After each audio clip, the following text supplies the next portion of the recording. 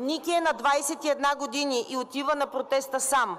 Разбиват с полицейска палка главата му и той отива пеша до Исул, където зашиват раната. Ники се връща на протеста и го арестуват. Арестуват и момчето, което се опитва да му помогне. И в този момент не се познават. И какво се случва в Пето районно? Има 21 задържани. Родителите и близките им не получават информация. Профилът на момчетата и момичетата 18, 21 и 26. Никой от тях не отговаря нито на вътрешно, нито външно на профила на ултраси. А на всички видеа от протеста се вижда как се държат и изглеждат провокаторите. Тоест, аз бях там през цялото време. Искам да ви кажа, че и визуално за всеки човек, който няма абсолютно никакво образование или експертиза, можеше да раздели ултрасите от нормалните протестиращи. Вие не успяхте. Арестувани са момчета и момичета.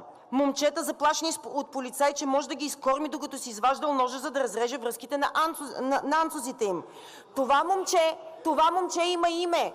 И той е студент по джаз и поп пеене и свири на тромпет.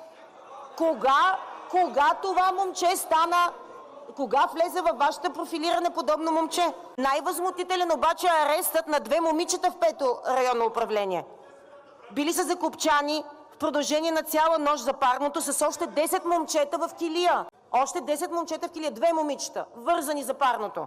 Но да се върнем на нощта. Арестантите са натикани в 2 тесни килии с 3 трака за над 10 човека. Грубо погазване на човешки права. И сега, моят въпрос към министър Митов е следния.